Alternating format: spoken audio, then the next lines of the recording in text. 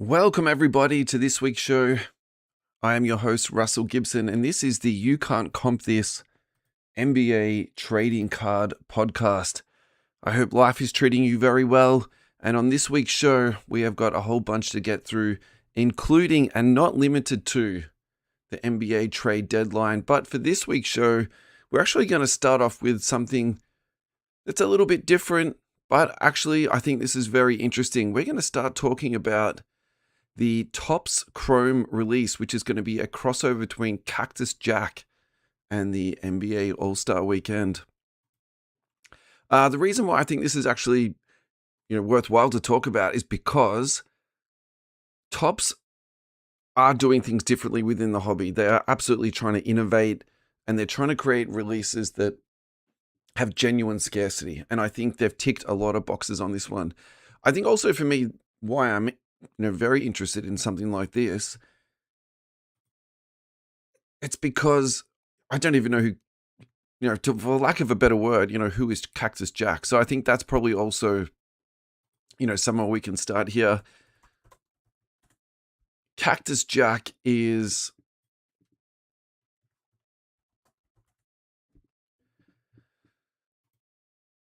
Travis Scott, and that's where we need to start with this here. So Travis Scott, American rapper, and basically he's created this record label, but it's more than just a record label. He's also doing merch. He's doing partnerships, Nike, McDonald's, Oakley. Now to add into that list too, now we've got Topps, Fanatics, and Topps Chrome.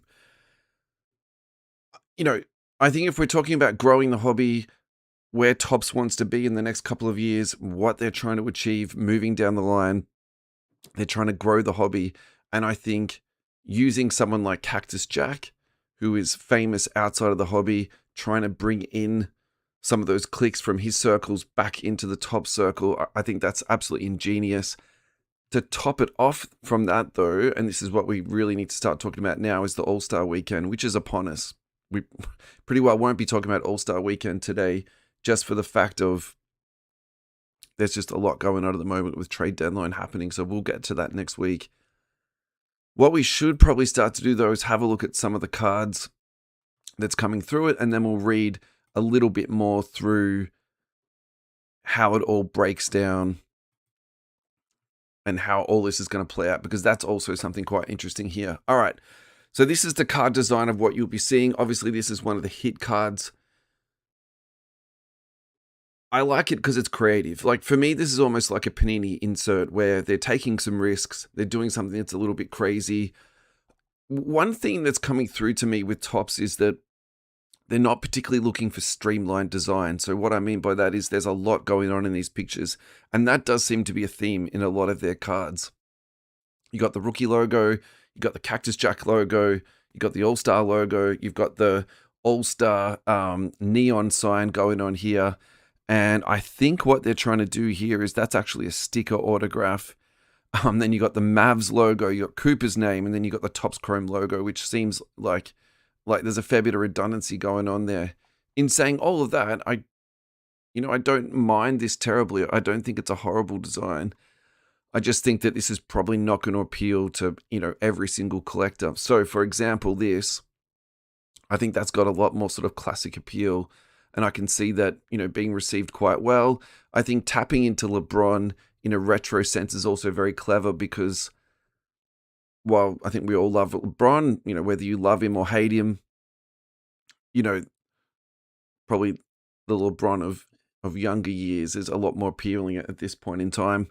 Allen Iverson's going to be making an appearance in this. I would love to see Iverson autos in this too. I couldn't confirm whether that was going to be happening or not.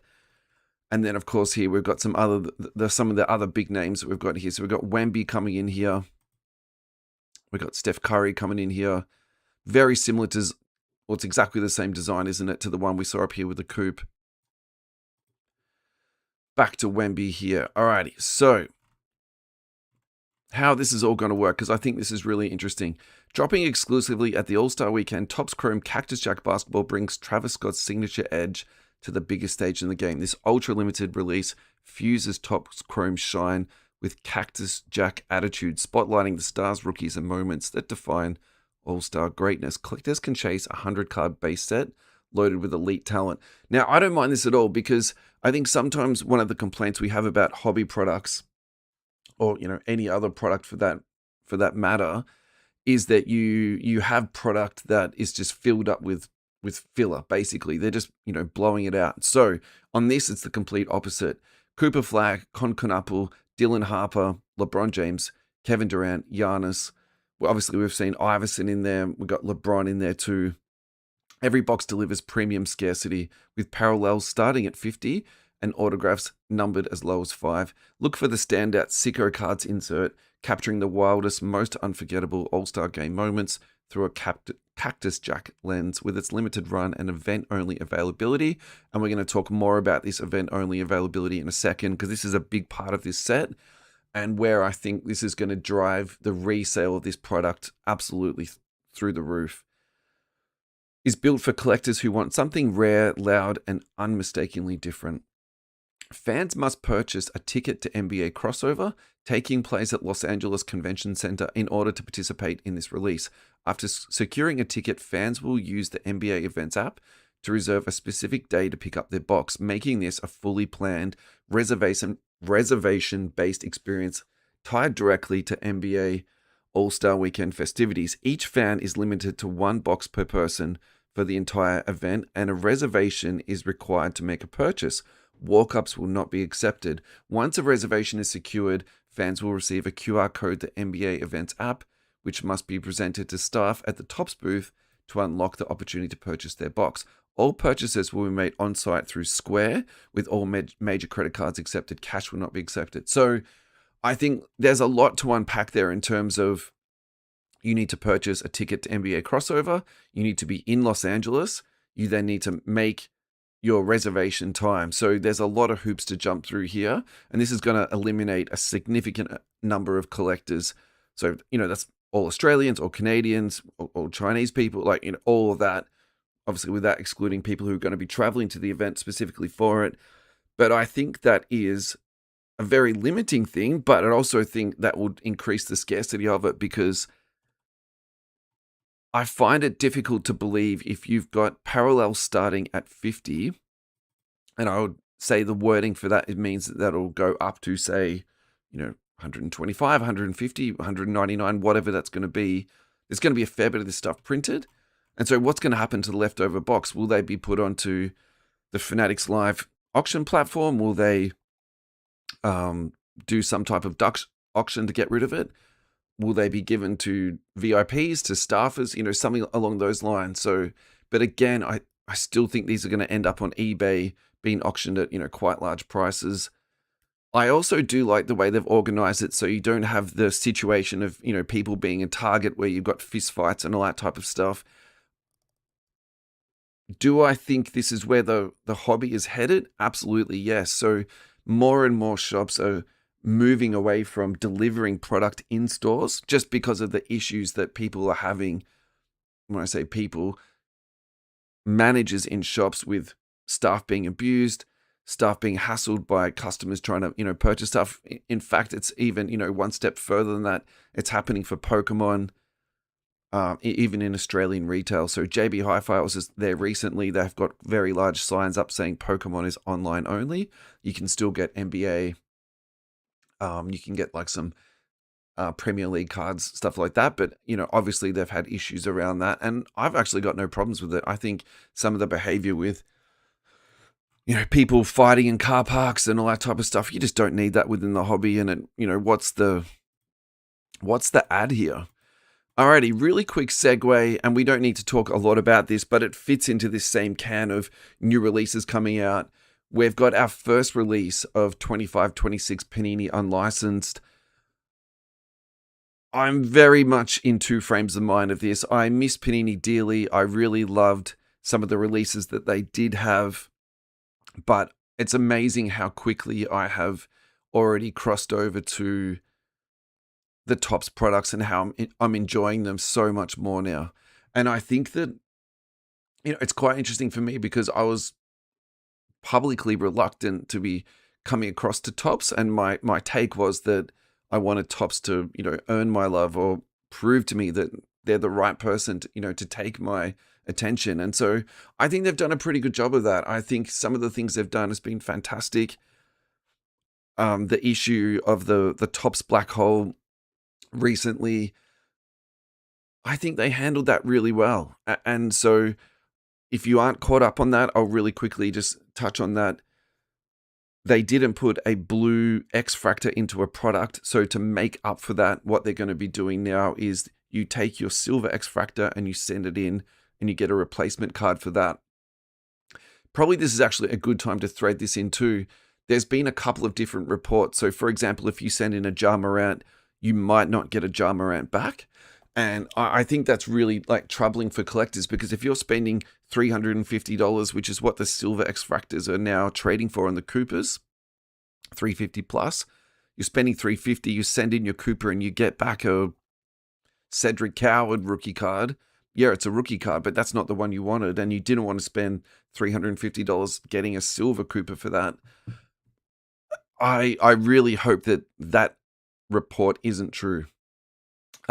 Segueing back to Panini here, we got Kabooms again. Is anyone going to want unlicensed Kabooms? I don't really think so.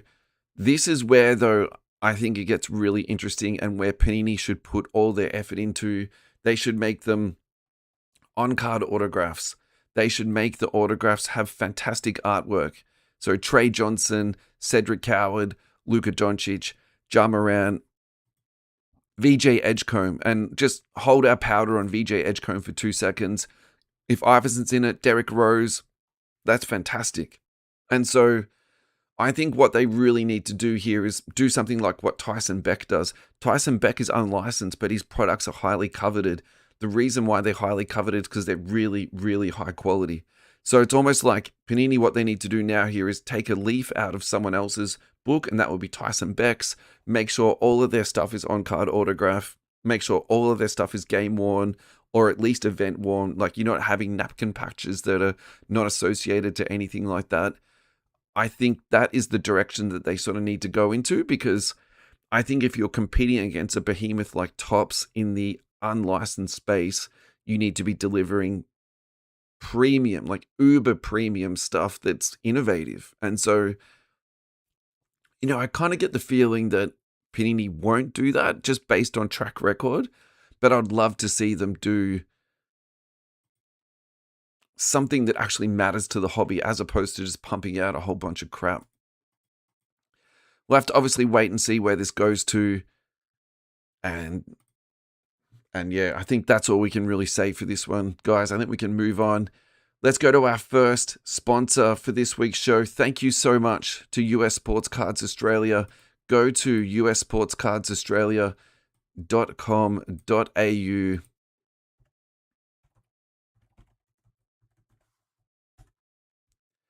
for all of your trading card needs.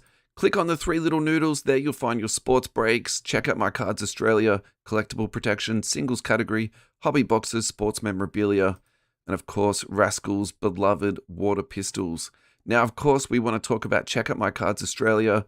Roscoe is getting more and more traction within his page, and also a lot more submissions coming through. When you do your submission form here, on your submission form, all you need to write down is you can't comp this, and you will get all of your submissions done for 11 cents. I thought it was previously 9 cents, but 2 cents. We can let you get away with that on Roscoe. Roscoe will list all of your cards online for you. He will sell them, put the money back into your account. All the cards are stored safely within a safe, within a guarded safe. And thank you so much to US Sports Cards for your ongoing support.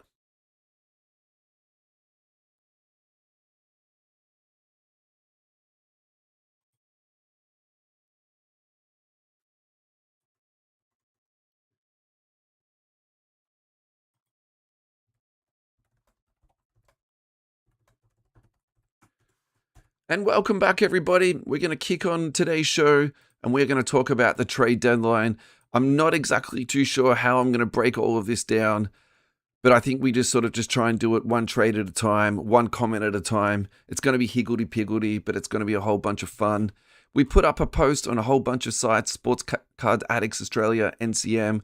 We've got a few replies back, and of course, on our socials too. We'd love you to follow, subscribe, turn on that notification button. Of course, that helps us out so much. Cam Aitchison, when will GM stop answering Sam Presti's call? That is in reference to the trade where the Philadelphia 76ers sent off some draft equity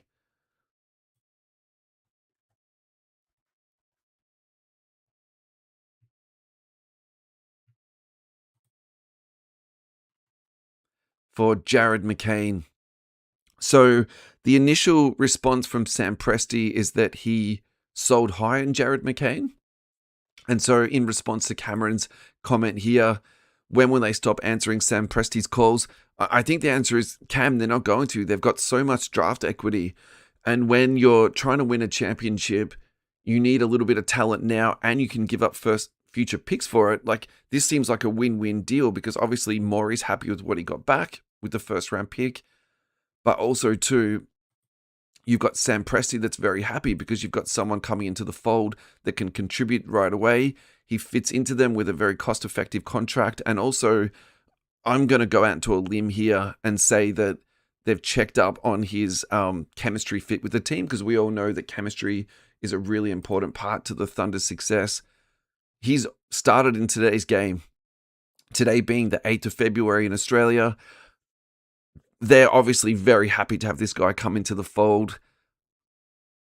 I'm probably not convinced that he'll be playing fourth quarter minutes in the playoffs or in the finals, but I think he's absolutely going to be a rotation piece for them.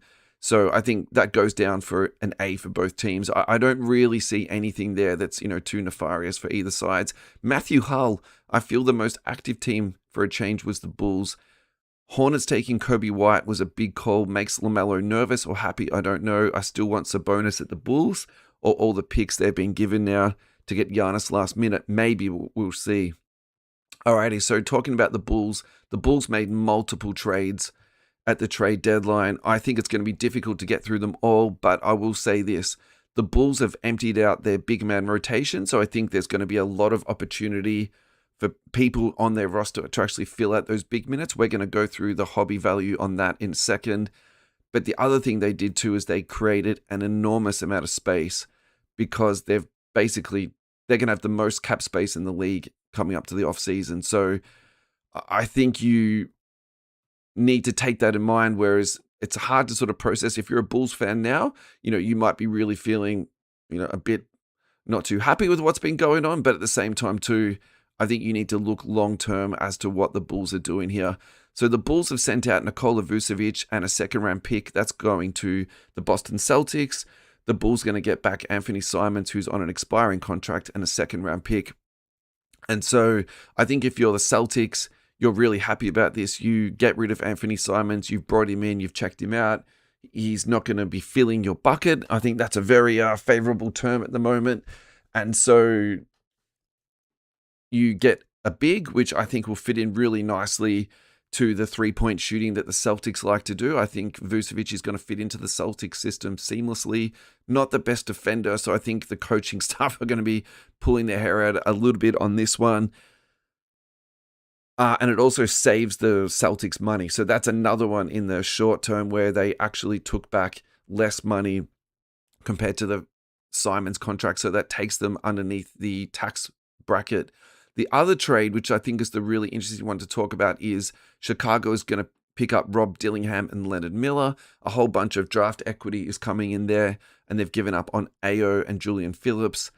I think if you're looking at this again from the long term, Rob Dillingham has got the highest upside and also the highest ceiling here. My question is how does he fit into their roster in its entirety? I think for me, that's a really, really tricky one to sort of like process and get your head around per se, just for the fact that they're very, very guard heavy at the moment. So I think what might be happening in Chicago the next 12 months or 6 months, it's basically just going to be like a tryout for next season. I've really got a lot of hope still left in Dillingham, and it's a bit of a weird one for me why the Wolves gave up on that so quickly. Ayo Dosunmu is going to go into their roster, 3 and D, can shoot the ball, can defend, which is what they need, a little bit more size than what Dillingham's giving them. So I think that's an interesting one. Mike Conley was also dealt away from the Wolves in the last couple of months. Reportedly, he's been waived. He'll go back to the Wolves to help them out there. Another Mike Conley deal here, and this is what we want to talk about in terms of card ladder coming up in 2 seconds. Mike Conley goes to Charlotte. He's going to be waived. Kobe White stays. Now, I think what we need to talk about right now is Kobe White, because this is the first hobby intersection that we have to talk about here. We've been talking about pop count the last couple of weeks, and I think what we need to really acknowledge here, see if I can bring this into the middle of the screen. Yep, that's beautiful. Kobe White has got a population on this card of 1,702. It's currently trading at $32. This is the classic thing where there is just too many cards for the demand on this kid. Also, keeping in mind, this was a COVID baby rookie, and so people were sending this off to PSA, left, right, and center. If you look at the all-time sales data on this guy, there was some insane sales on him. He was up to $1,084 at his absolute peak, which, now that you look back at it, this is the correct trading price for this guy. If you are a Kobe White fan, I think you try and look for a color match. You can go for the red. You can go for something even low numbered, just for the fact that you're going to be picking him up for a little bit cheaper. I think probably my issue for him moving forward for hobby value is now he's going to be behind LaMelo Ball, Brandon Miller, and then Con Knuppel, which is also currently an absolute hobby darling at the moment. And so I think for me, with the population on this guy, this is an absolute stay away for me. So yeah, just stay away from anything that's got to do with Kobe White. Chicago Bulls roster, this is what we need to talk about here, because this is what I'm actually really interested in. So look at who's going to be playing their center minutes. It's going to be Nick Richards. It's going to be Lachlan Albright, which is, interesting, but I don't think he's going to be getting an insane amount of minutes. The two people that I'm really got my eye on out of this rotation here, obviously Bazilis is going to be playing an absolute stack of minutes. I think Josh Giddey is going to be playing more small forward, maybe even some power forward minutes. Pat Williams, I think, I'm probably a broken record on this guy, but I'm actually still pretty high on this guy. I've still got hope for him. I really hope he takes some opportunity on this one here. But Jalen Smith for me, I really think we have to look at this guy in terms of low-end hobby action, that you can pick this guy up for cheap.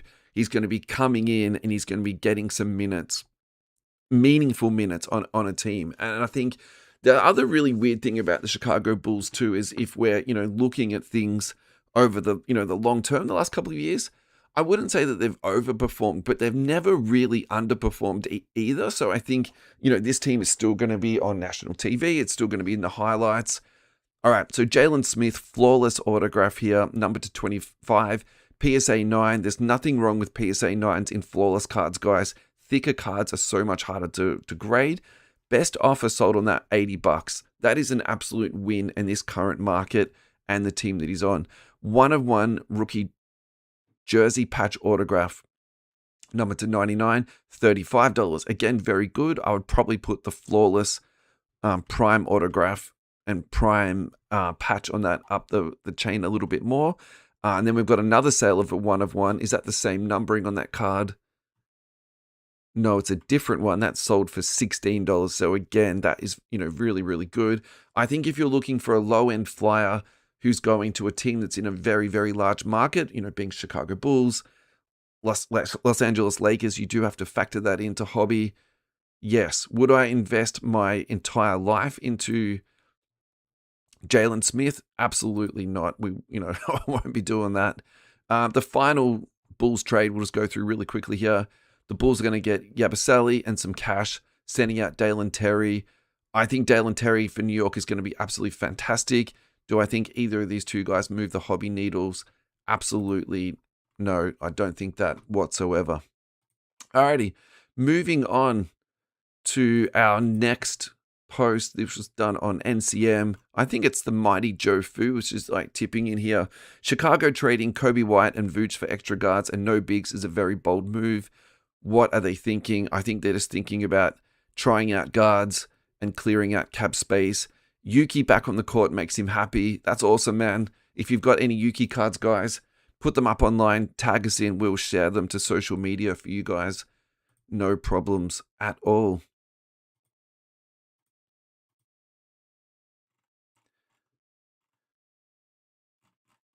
Looking at the You Can't Comp This Facebook page, we got here Timothy Price. I'm a biased supporter of Boston, but Celtics getting Vucevic and lowering their tax apron is a massive win.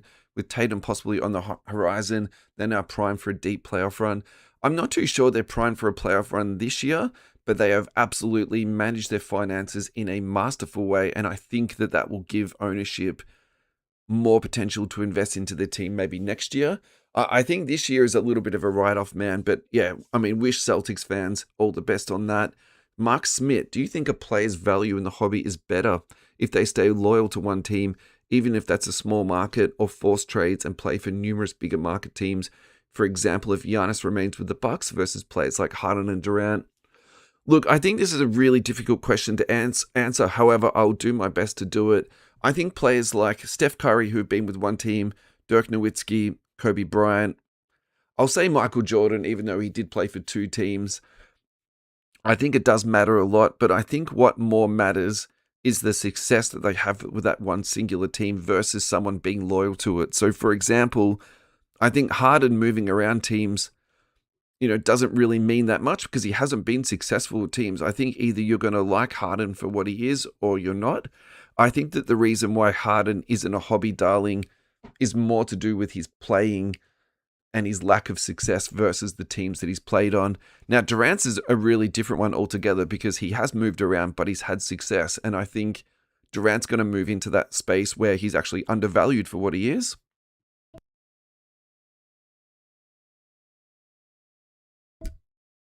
And what people need to realize on that one is that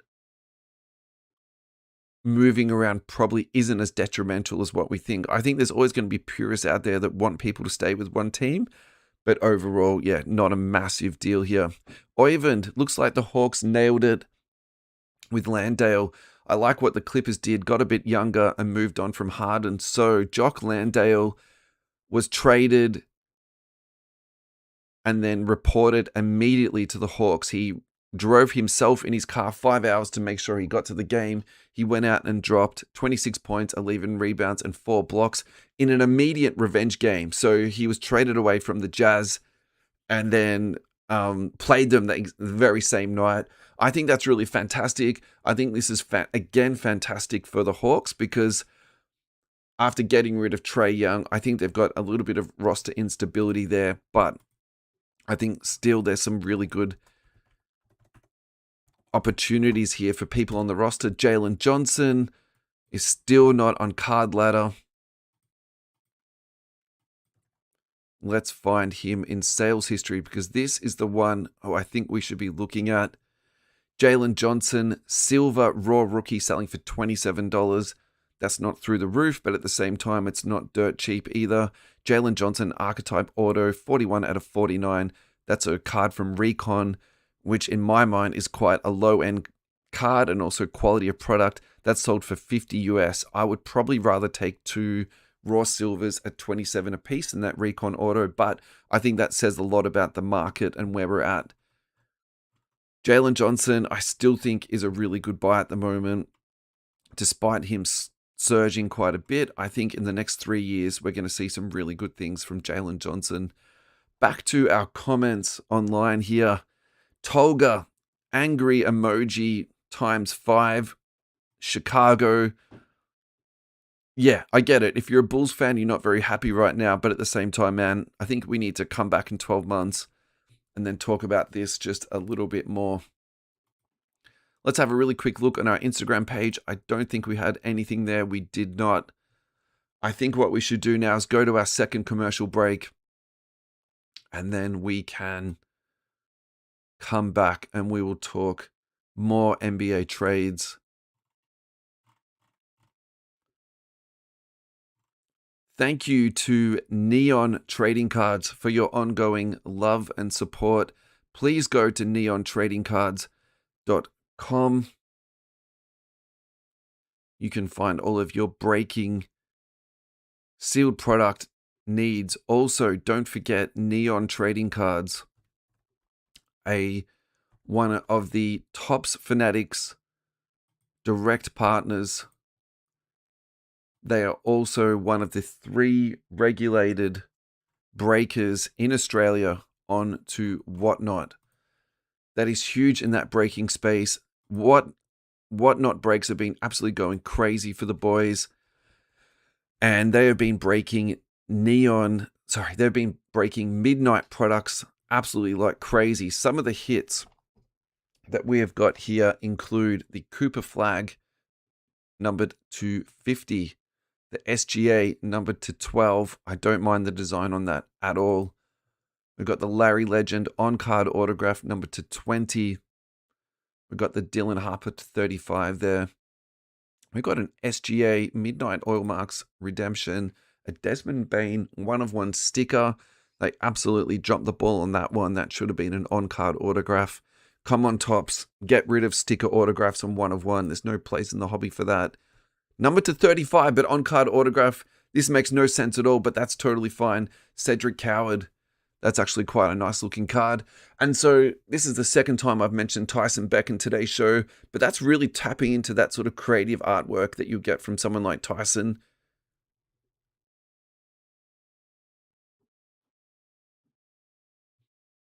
It's not a paid segment for Tyson, but that's a nice little shout out. Thanks so much to Neon Trading Cards for your ongoing love and support.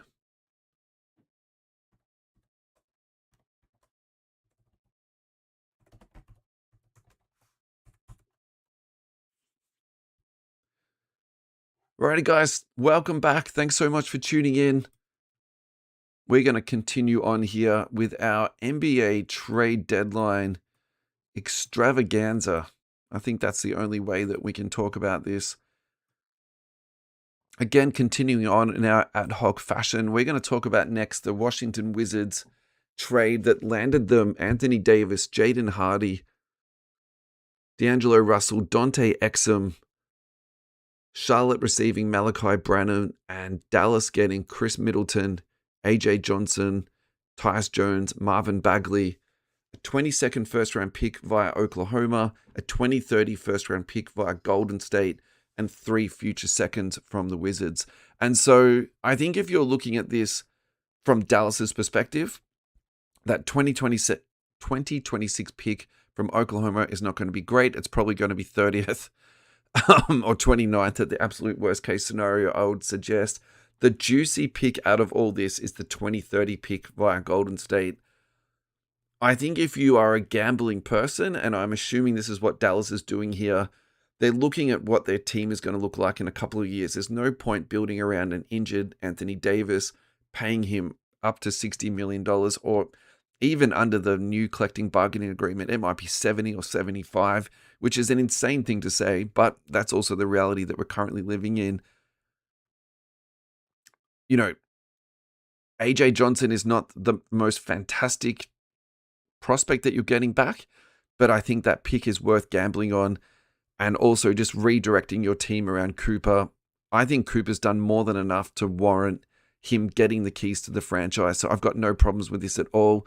From the Washington Wizards perspective, for me, I'm going to give them an A+ on this, because basically what they've done is they've turned a whole bunch of low-end talent into all-stars. Or let's just be generous here and call them all-stars past their prime. But I think if you're a Wizards team that really lacks direction, and also too, you are like a team that's just sort of always floating in the middle. They never really seem to nail their draft picks. They have a lot of trouble with their free agency signings. I think getting something that's a sure thing, even if you know what they are, you know Anthony Davis is only going to play half of a season. You know that Trae Young is not the most fantastic defender, but on the nights that you've got these two guys on the court, like that's a really good product. And I think it's going to cause some teams trouble on some nights. It's going to get people tuning in to make sure that they are watching the team, whether it's going to be on cable, whether it's going to be, in the stadium. I think, this is a relatively fun team, and I've got no problem. The reason I've got no problem with this is because what they paid for it. So let's go through this. At Clutch Sports on Twitter, turned Beal's $250 million contract into Chris Paul, flipped Chris Paul for Jordan Poole for CJ McCollum, Kyle Kuzma for Chris Middleton, McCollum to get Trae Young, and Middleton to get Anthony Davis. You would do that every single day of the week. In addition to that, Keyshawn George was added Alex Sarr, who's becoming a very good pro. And I think the Sarr addition to that team makes a lot more sense now because he's never going to be a number one option, but he's a very good third or maybe fourth option, which he will be around Anthony Davis and Trae Young. So I'm totally fine with that. Now, Trey Johnson is the guy that I want to talk about.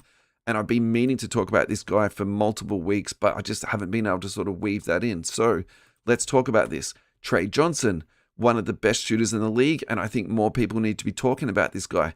The reason they're not talking about this guy is because he's on an absolutely terrible team. I was going to say dog ship, but let's not go down that route. Let's try and keep this PG and friendly. 2024 Panini Prism Draft Picks Sensational Signatures Trey Johnson Mojo. $210. I am very wary of these prices, but here we go.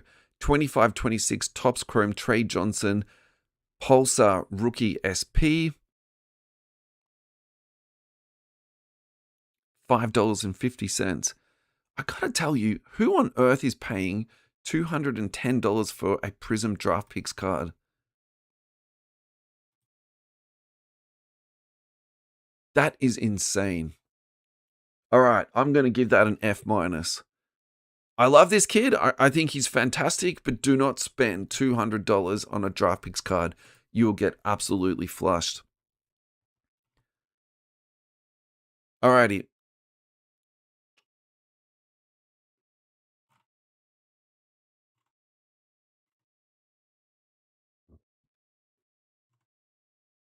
Trey Johnson, Topps Chrome, X Factor, 375. I think this guy's a buy.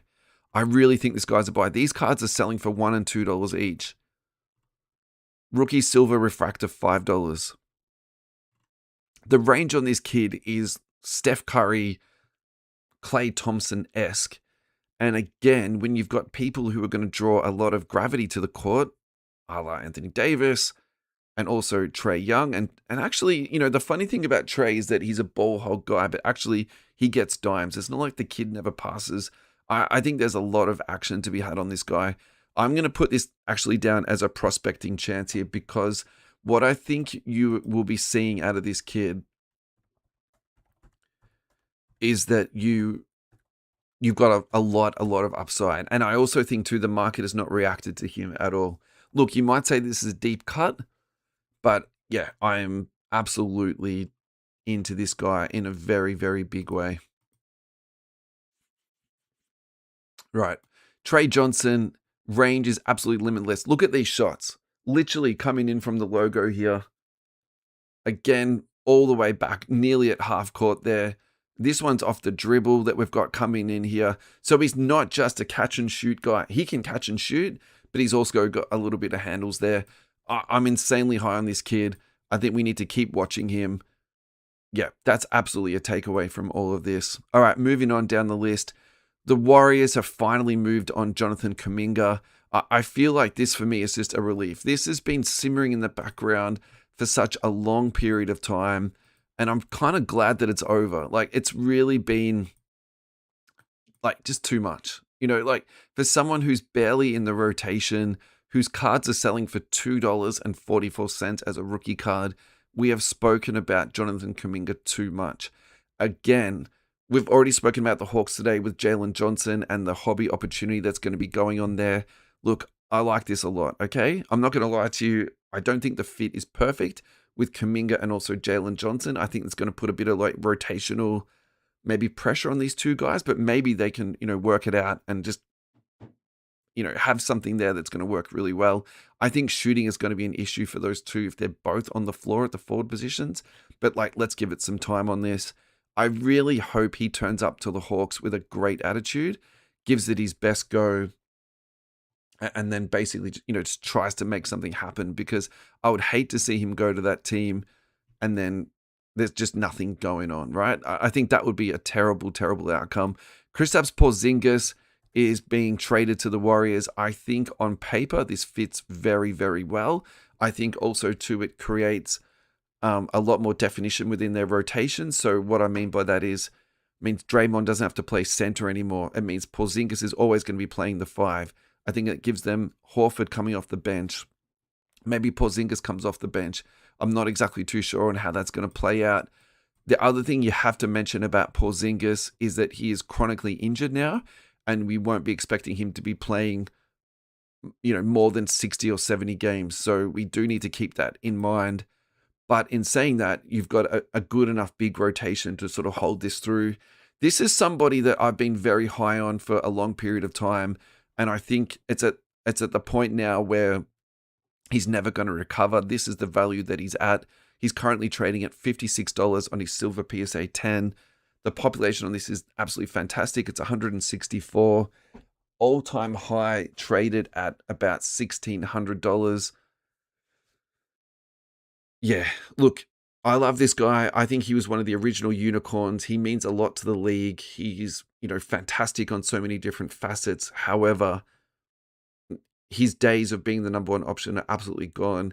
Is this the best possible outcome for him? Absolutely, this is the best possible outcome, but I still don't think the needle is going to be moving all that much. So, yeah, nothing huge there on the hobby standpoint. However, the on-court, that's just such a big win. I also kind of feel like the Buddy Hield thing's a little bit funny, because it just seems like they wanted to get rid of him and just move off altogether. Pacers have acquired Ivica Zubac and Kobe Brown. They've given up Benedict Mathurin and Isaiah Jackson, and 3 picks are going to LA. 26 first-round pick from the Pacers, a 29 first-round from the Pacers, and a 28 second-round pick. I personally think this is an overpay to get Zubac. However, I will say this. The Indiana Pacers were in the playoffs, in the finals, less than 12 months ago. So maybe in their mind, they're like, Halliburton's coming back. We need to retool our rosters with guys who can win right away. The only thing I'm a little bit interested on is that the way that they're coached in Indiana, they play a very fast up and down game. They also like their bigs to stretch the floor. So I'm not entirely sure how that Zubac fits into that. And will that actually diminish his effectiveness, or will he just allow their guards to run out because he's going to be doing all the dirty work inside? It could be sort of either way, or actually it could be both too. But I'm just really curious on that, because, for example, Isaiah Jackson, yes, he's probably not strong enough and big enough to play the 5, but when he did play 5 minutes, his defensive rotations were fantastic, and his stretch shooting really made them hard to defend. And so, that's a little bit of an interesting one for me. I really liked Isaiah Jackson as a rotation piece for the Pacers. Benedict Mathurin's an interesting one. He can go off for, big points very, very quickly, and he's had 40 points in the playoffs already before. I think the catch with this guy, and probably where he has become expendable, is that he's very inconsistent, and so you can't rely on him for 20 points a night. He's very much a 5 points or 25 points type of guy. I think for the Clippers, picking up cheap talent who's young and also future picks, they can't say no to this trade. I really think that was a trade that they couldn't pass up on this one here. I'm not going to talk about the Suns trade. There's really nothing to talk about there. We've already done the Hornets trade. Jose Alvarado going to the Knicks. I think he is going to become a fan favorite almost instantly. And I also think this too is going to be a little bit of a hobby needle mover, because we're talking about big markets. Chicago, Los Angeles, New York also fits into the big markets here. Let's see what we've got going on with Jose Alvarado with sales. $2 for a update card from Chronicles. $9.50 for a blue shimmer autograph. This stuff is cheap. This stuff is really cheap. Penman autograph. PSA 10, Auto 10, sold for $40. I mean, that barely covers your cost of grading.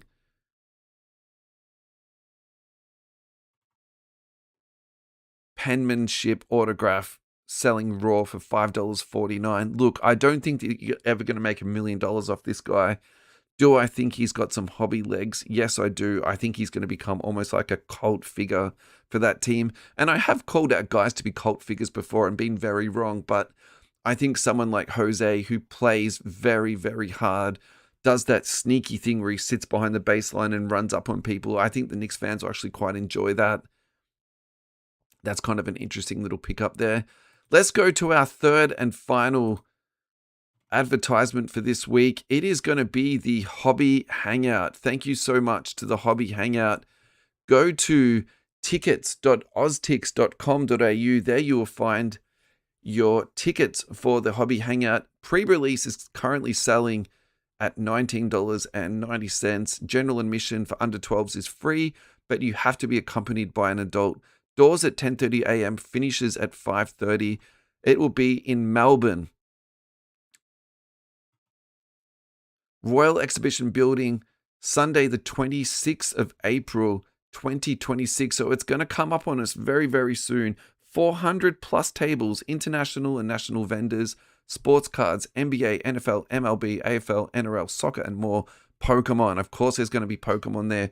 Yu-Gi-Oh! One Piece, MTG, entertainment cards, live breaks, dedicated trading zones. This was very, very well received in other shows.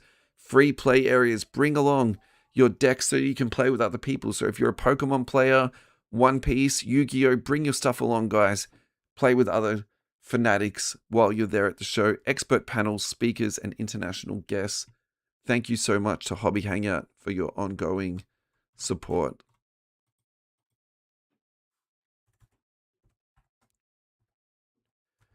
And we're back, and we're going to keep talking about the NBA trade deadline and what's been going on around the league. It has been a very, very busy NBA trade deadline. With the Warriors picking up Kristaps Porzingis, they needed to free up some minutes in their big man rotation. The Raptors needed a big man, so again, this is a win-win trade. Golden State receives a Lakers 2026 second-round pick. Not a huge amount of value on that. The real value add for the Warriors here was saving them some money on their salary. Trace Jackson Davis goes out. He is a very serviceable big. He's not overly talented, but he's an NBA caliber player. He's going to fit into the Raptors just fine. The Raptors have fully embraced their positionless basketball this year, and they're a fun team to watch, by the way, guys. If you haven't watched much Raptors this year, absolutely check them out. Scotty Barnes has been having a great year. Brandon Ingram's been playing really well. I think they do need a little bit more rebounding, though, and maybe even just a big body underneath to give away some fouls. I think that's totally fine. The Lakers traded away Gabe Vincent. In return, they got Luke Kennard. Basically, what you're giving away here is some defense, but you're getting back a whole lot of shooting. Luke Kennard is one of the best shooters in the league. Luke Kennard was also in the league at a time. I'm going to guess that he's on card ladder, on their actual ladder. Yeah, 2017. There was actually some hobby love going into this guy.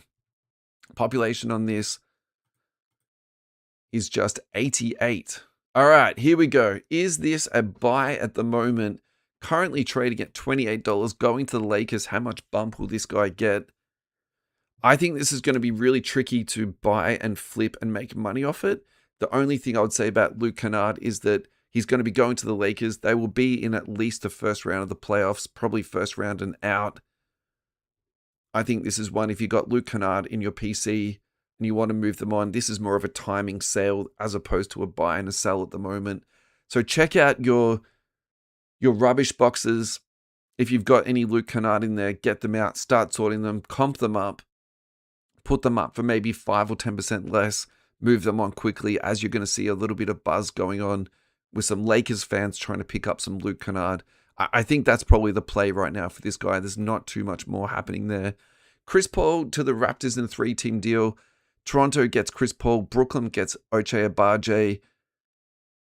And then the Clippers get the rights to Vanja Marinkov. I hope I've pronounced that properly. I'm pretty sure that I didn't. Chris Paul has been waived. He will not be reporting to Toronto.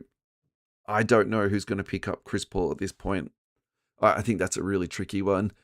I'm really surprised about the Agbaji one, though. I think he's an NBA defender. Would I call him an elite defender? Probably not. But I think to give him up for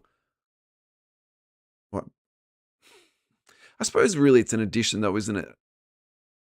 The the Nets have picked him up for basically nothing and also got a pick back too. So basically they've taken on salary, haven't they, really there? I think the other really interesting one we have to tie into this now is Cam Thomas, because Cam Thomas was let go. And the plus minus numbers with Cam Thomas on the court is really, really bad. Basically,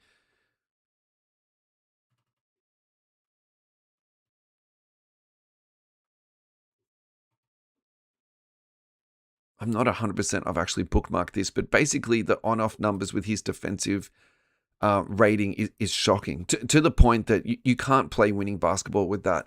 And look, that could be a little bit of him, who he is. I think that is absolutely part of who Cam Thomas is, but also too, he was playing for a contract trying to get his numbers. So, getting rid of Cam Thomas, bringing in a Barjay, you actually might see the Nets win a few more games just because of their increased defensive efficiency around that one there.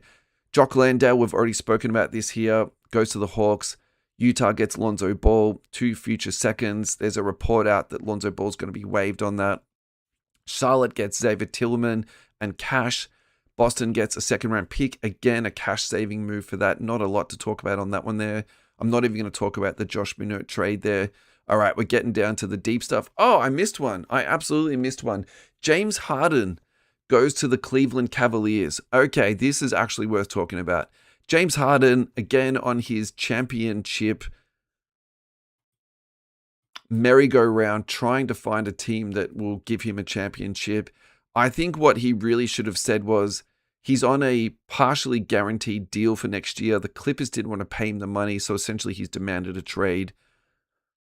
I really hate the spin that sometimes comes in on, some of this stuff. Like, just tell us the truth. You know what I mean? Like, you didn't get your bag. You wanted to get paid. I'm demanding a trade. I think that he is lucky in the sense that he found a team that is actually contending and they're willing to give up a young asset to get him. And in that sense, I think it's a win-win. So basically, the Clippers are getting back Darius Garland and a future second-round pick. I reached out to a Cleveland fan, so shout out to Ryan from GemRate. He was actually happy to see Darius Garland go just because of the lack of size in the backcourt and the defensive problems that actually creates. And also, too, because of the injury history that Garland has got. He's not that robust of a player. I don't particularly think Harden is that robust either. But in saying that, maybe some of the stuff he set out was more to do with him not getting what he wanted. So when you've got a motivated Harden in the first 2 years of the deal, actually you're onto a really good thing.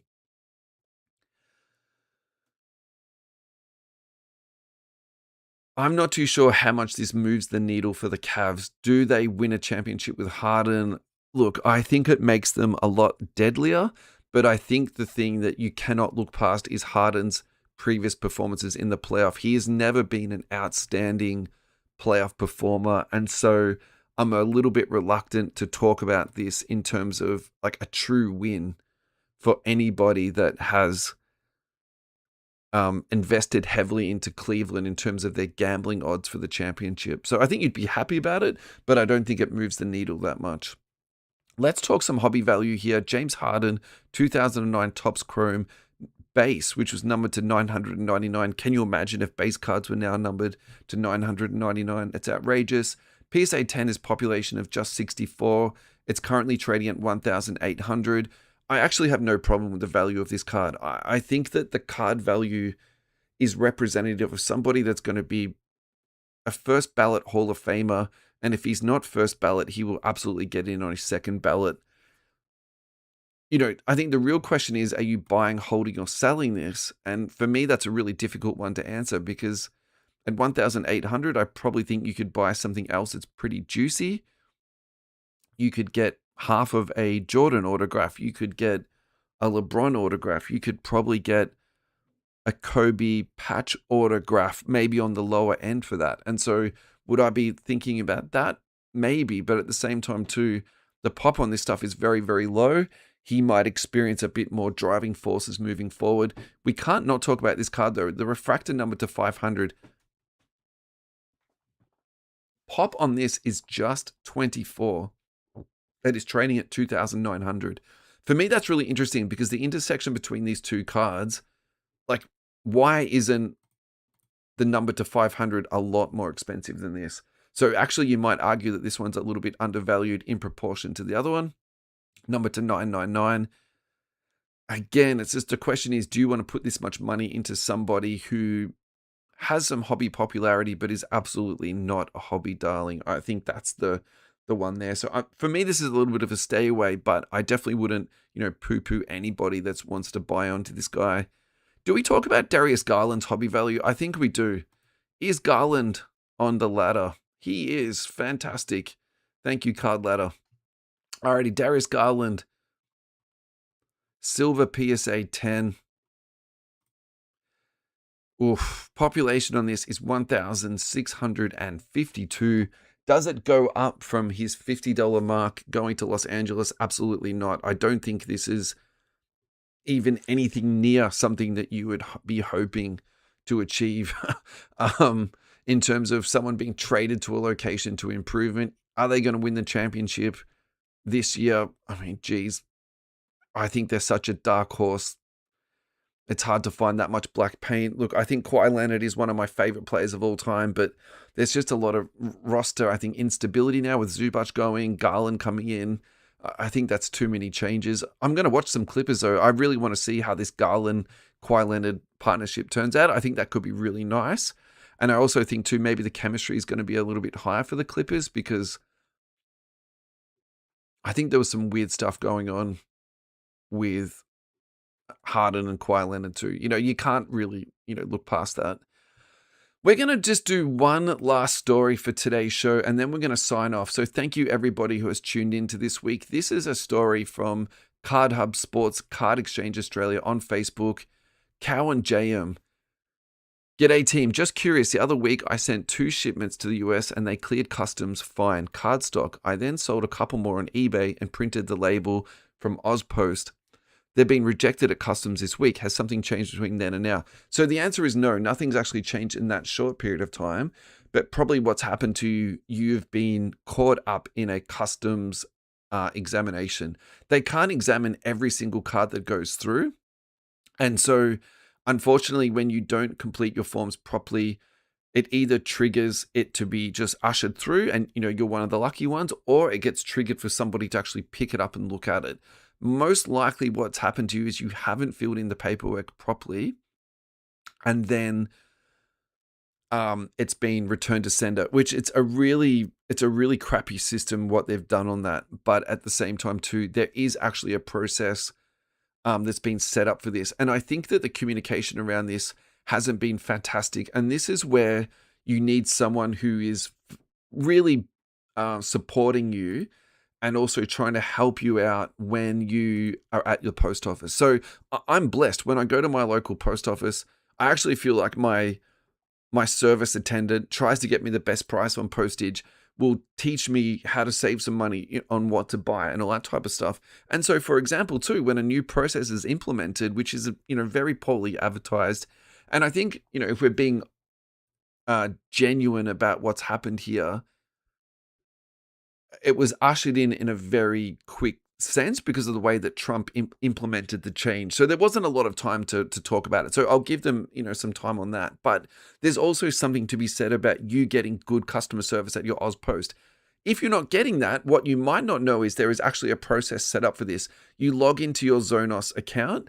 You then it literally tells you what to do step by step. And I'm not saying it's an idiot's guide because, it's not that sort of straightforward. However, once you've done it once or twice, what you'll find is it's actually all very intuitive in that you just put in your values. It will create how much tax or tariff that you need to pay, and then it will go through. What you need to understand when you're shipping is that anything that goes through in an automated fashion is infinitely better when someone picks it up. And so I see this in my day-to-day job so much. Like if you make an error or someone makes an error along the way and it triggers human intervention, it just really slows everything down. Anything that can be done automatically or by a computer is the way to go. So unfortunately, it's more red tape for you to jump through but post, you won't have these issues where your cards are being returned to sender. And then you have an unknown wait period. and then the person you're selling the card to is left in limbo and their cash is being held. It's just a bad outcome all around. So, Cowan, I'm very sorry that this has happened to you. However, there is some light in the end of the tunnel on that one there. So, guys, on that note, I would just like to say again, thank you everybody who's tuned in today. I am Russell Gibson. This has been the You Can't Comp This NBA Trading Card Podcast, and we will catch you next week. Goodbye for now.